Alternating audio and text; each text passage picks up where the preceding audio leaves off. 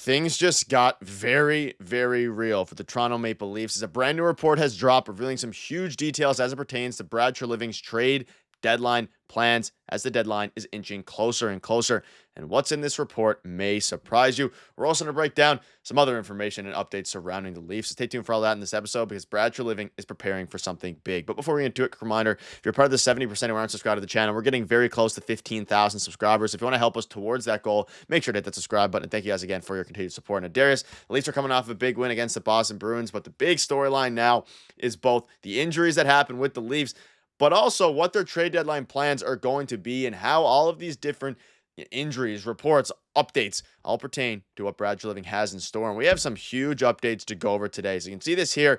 It is the Schenn brothers. It seems that they are on the Leafs' number one, their Leafs' number one priority at this moment. You can see this here. The Leafs are expected to have assets to make a move, and teams like the Blues are paying attention. Brayden Schenn is seen as a great fit in Toronto, both for his playing style and winning pedigree. Looking at the Leafs prospect pool, names like Fraser Minton, Easton Cowan, Nikita Grabankin, and Ben Danford stand out as trade pieces. And he also goes on to say that Brad Treliving is interested in Schenn, but another option, of course, is Scott Laughton, even though the cost is absolutely ridiculous. There's just a pretty big update here, and I'm very curious to see what your thoughts are on this, because at this point, it seems like there's a real world where they go for both of the Schenn brothers, which we'll dive into, but not only both of the Schenn brothers, giving up a couple of their top prospects.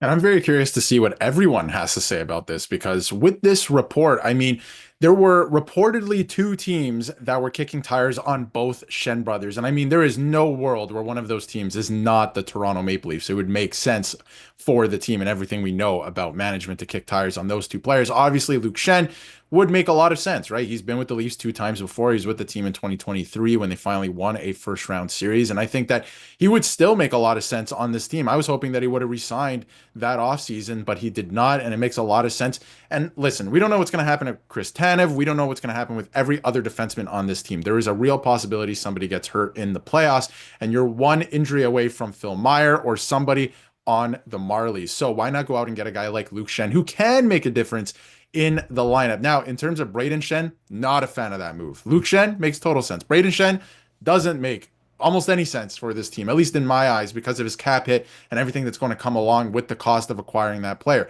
Does it make sense on paper? Yes, if you're not including the salary cap or anything like that, it would make sense for the Leafs to get Brayden Schenn. He's a guy who plays the game the right way. He knows how to win. He's won a Stanley Cup with Craig Berube in St. Louis, but that cap hit at 6.5 is horrible. I should also mention that Luke Schenn makes 2.7, so you can absolutely make that work. And he has another year on his deal after this. But Brayden Schenn doesn't make too much sense for me. $6.5 million.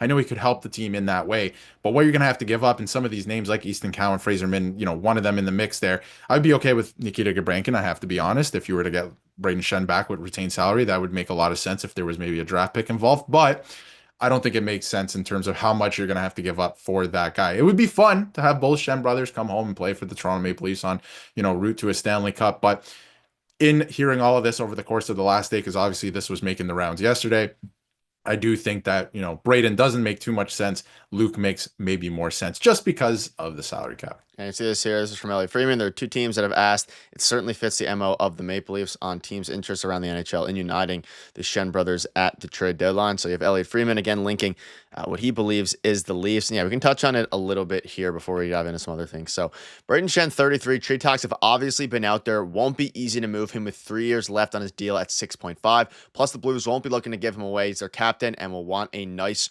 return. So the cap hit at 6.5 is obviously a bit of a problem. You can see this here. If I'm the Leafs, I'm swinging for the fences to bring in Brayden Schenn and Colton Parayko from St. Louis, then call him Nashville and tell Luke to join them in Toronto. Reeves, Camps, or even Domi to offset the salaries, add the picks and prospects needed to get it done. And I want to get your thoughts on this. I mean, we're hearing a lot about Colton Parayko as well. A lot of analysts are linking not only the Leafs to Colton Parayko, but predicting that the Leafs will land Parayko. We saw him, of course, Four Nations face-off as well.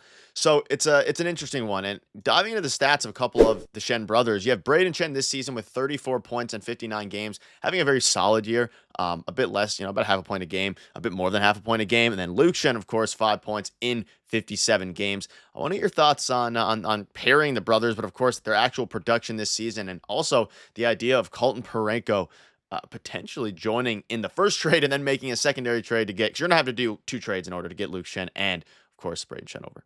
Yeah, Luke Schenn, I mean, he's never been known as an offensive guy at all. He's always been a defensive defenseman, but he had a funny quote last night saying that he's never been on a team that cannot score as much as the Nashville Predators this year. So that was pretty funny last night. But yeah, in terms of adding Parayko to the deal, I mean, it just doesn't make sense for the St. Louis Blues and for me personally when you look at this trade. I mean, with all the salary that's going to have to be moved around, there's no way St. Louis wants to retain salary for trading their captain for the next 3 years. That doesn't make sense for the club. They want to get better. If they're going to trade their captain, they want to get better. They want to get some young pieces, and they might get that out of Toronto. But to retain on 6.5 for the next 3 years doesn't really make sense with their window. They still have some guys who are, about to be in their mid 20s that they would like to retool on the fly and kind of grow the team around them. So I don't think that makes too much sense for that team.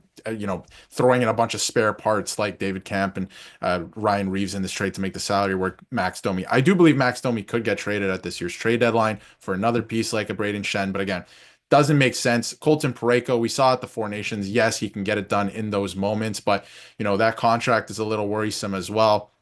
The fact that he is getting a little bit older, I don't know if you would want to do that. Luke Schenn makes sense to me. It's very low risk, right? That's why it makes sense to me. And he can be effective at what he does. Like if you put him with Riley again, Riley was playing his best hockey when he was playing with Luke Schenn of his career, I think. So I think that would make a lot more sense in that move. I don't know if it makes sense to do both brothers, but can happen at this year's trade deadline, I should say. And Brad Treliving, can he get creative? We haven't really seen it in his time with Calgary, with his time in Toronto. Can he get creative? There's a lot that they can do.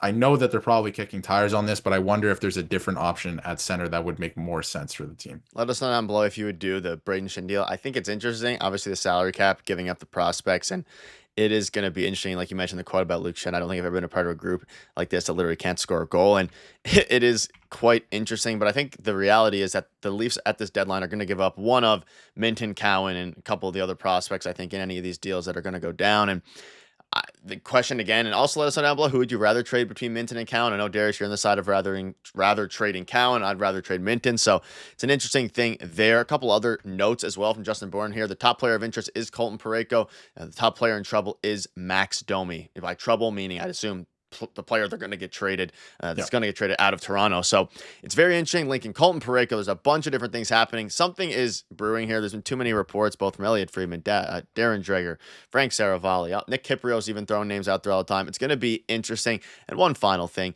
what JB expects to happen. One media and a big name comes in like Nelson, Yanni Gord, or Scott Lawton. They bring in a depth defenseman to shore it up. And as much as I'd love for them to land Parayko or Dylan Cousins, it's hard to see it happening, which is interesting. Again, I tend to agree. I don't know if Mikko Rantanen is available. I would like to see them go after them, though. I tend to believe that there's actually at least a better chance of what's pictured here in them landing one of the big fish. Yeah, it could.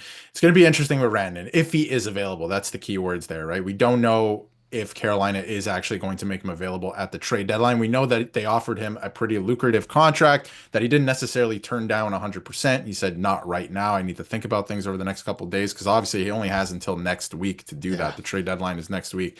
So that's going to get interesting. If he is available, I would like to see the Leafs try and do everything that they can to acquire that player. I think he makes your team way better heading into this year's playoffs, and you really want to go for it this year. Chris Tanev, these guys are not getting younger. Try to win the Stanley Cup this year or next year, right? Do everything you can to try and do that. Yeah, let us know down below what your thoughts are. A lot of new reports, news are dropping. We're going to keep you up to date with all the latest, so make sure to hit the subscribe button. We're also on the road to 15,000, so thank you guys for your support. See you guys later.